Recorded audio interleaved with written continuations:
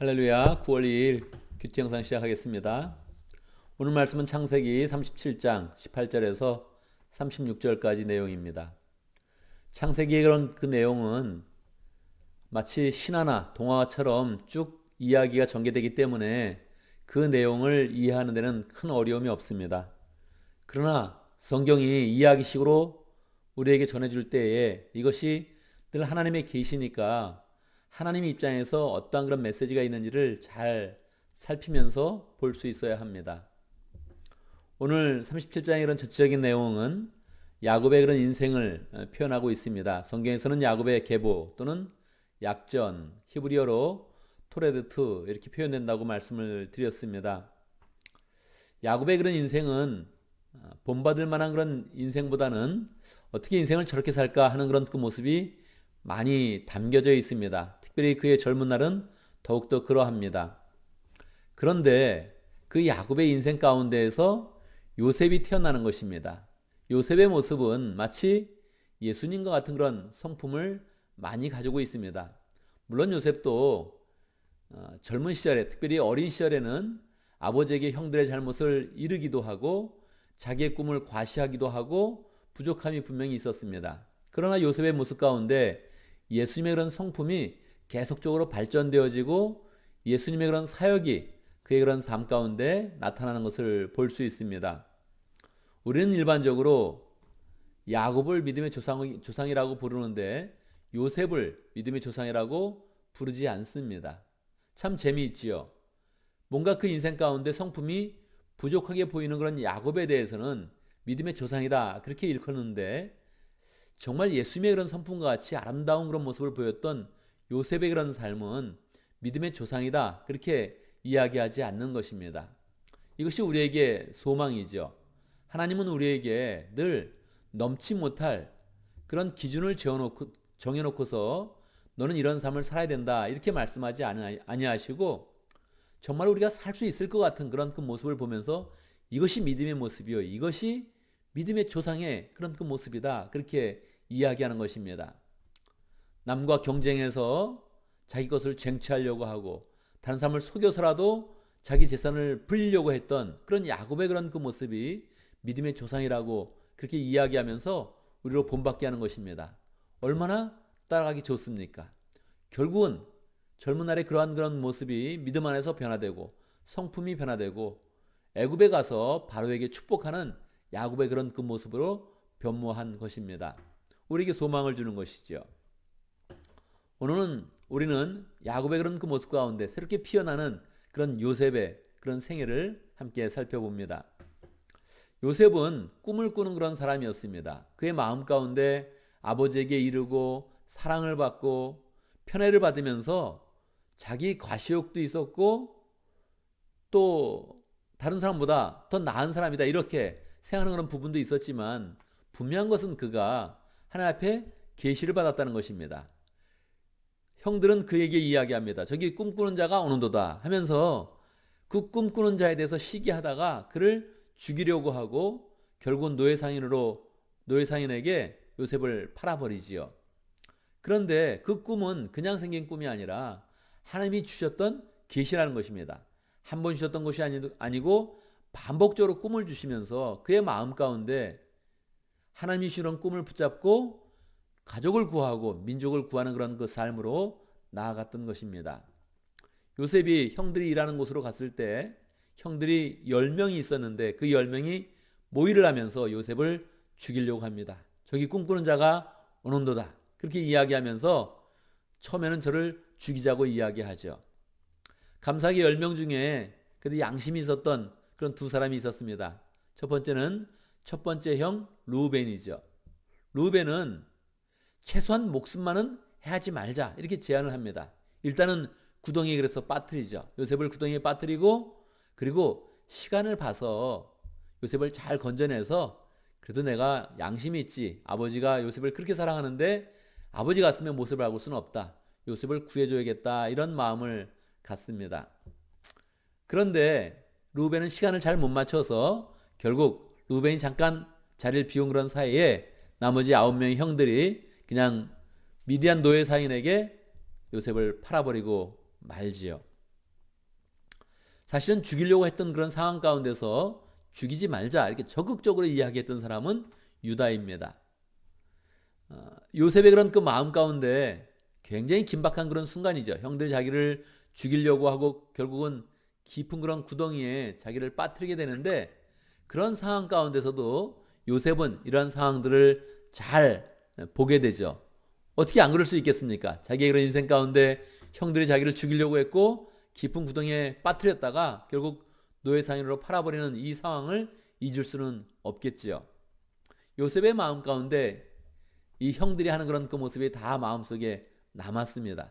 그래서 결국 나중에 이집트에 가서 총리가 되었을 때 한 사람을 붙잡아야 된다 이렇게 생각을 했을 때 루벤을 거기서 빼줍니다. 둘째 형이 누굽니까?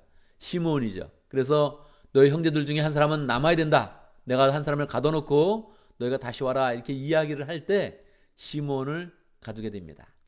요셉의 그런 그 마음 가운데 이런 모든 그런 상황들을 잘 기억을 했었던 것이지요. 결국 형들이 미디안 그런 상인에게, 노예 상인에게 요셉을 팔아서 요셉은 이집트의 그 종으로 팔려가게 됩니다. 그 내용이 36절 마지막 부분에 나와 있죠. 그리고 미디안 사람들은 이집트에서 요셉을 보디발이라 하는 사람에게 팔았다. 그는 바로의 신하로서 경호대장으로 있는 그런 사람이었다. 참 아버지의 사랑받으면서 화려한 옷을 입으면서 그렇게 사랑을 독차지했던 그런 요셉이 노예 상인으로 팔려가고 다른 사람의 그런 노예로 살게 되는 그런 삶이 얼마나 비참한 그런 삶입니까? 사실은 이렇게 팔려가는 그런 내용, 이집트로 가는 그런 그 내용까지도 예수님의 그런 생애를 요셉은 계속적으로 보여주고 있습니다. 그런데 참으로 묘했던 것은 너무너무 그 인생이 아버지의 사랑받는, 가장 사랑받는 그런 아들에서 노예로 급속하게 떨어지게 되는데도 불구하고 요셉이 거기서 불만을 이야기하거나 원망하거나 그런 건 소리가 기록되어 있지 않다는 것입니다. 왜 원망이 없었겠습니까? 왜 불만을 하지 않았겠습니까? 형들 정말 왜 이러십니까? 그런 탄식을 하면서 여러 번 애원도 했었겠지요. 그러나 성경은 그의 그런 그 마음 가운데 불평하고 원망하고 좌절하고 하는 그런 그 마음보다 그가 하나님이 주셨던 그런 계시를 붙잡으면서 그의 그런 삶을 수용하면서 새로운 그런 소망으로 나가는 것에 더 초점을 맞추고 있는 것입니다.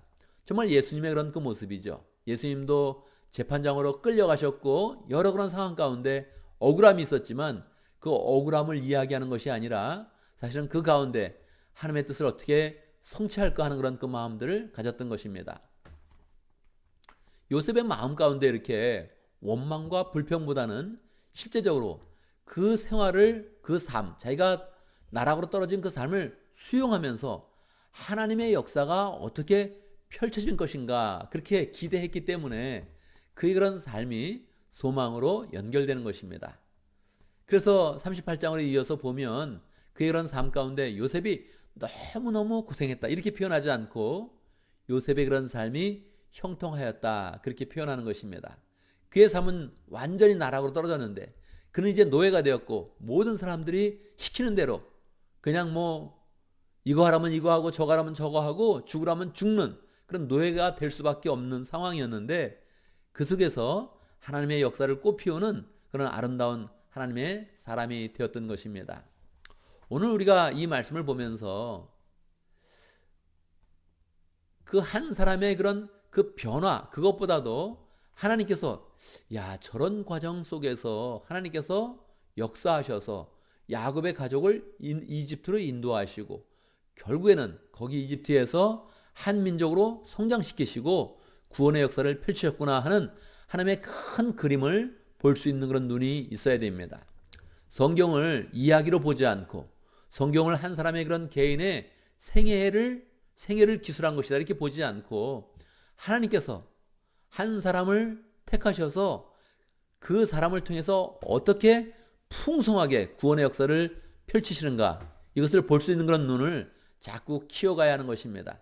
그렇지 않으면 나는 성경을 봤어. 나도 성경을 읽어봤어. 그렇게 이야기하는데 거기서 하나님의 손길을 경험하지 못하고 하나님의 역사를 전혀 보지도 못하고 경험하지도 못하고 그냥 성경을 한낱 이야기책으로 치부하고 마는 것입니다. 그런 사람은 영적으로 눈이 감긴 사람이요, 구원받지 못한 사람이 되는 것이죠. 우리가 늘 눈을 뜨는 그런 가운데 하나님의 역사가 어떻게 펼쳐지는지를 잘 살펴봐야 될 것입니다. 그래서 오늘 말씀을 요약하면, 오늘 그런 그 말씀 가운데선 하나님의 뜻이 풍성하게 담겨져 있다. 하나님이 큰 그림으로 야곱과 요셉의 그런 인생을 인도하고 있다 하는 것을 볼 수 있습니다. 요셉의 그런 삶 가운데 불만과 원망이 그렇게 나타나지 않고 있다 하는 것이 굉장히 독특한 그런 점입니다. 야곱의 인생으로 본다면 그 가정 가운데 상처와 반목이 있다는 것입니다. 우리의 그런 인생도 그렇죠. 우리의 인생 가운데서도 상처와 반목이 있고, 우리의 가정 가운데서도 상처와 반목이 있습니다. 그런데 이렇게 상처와 반목은 많은 부분 스스로 자초한 일이 굉장히 많다는 것도 기억을 해야 됩니다.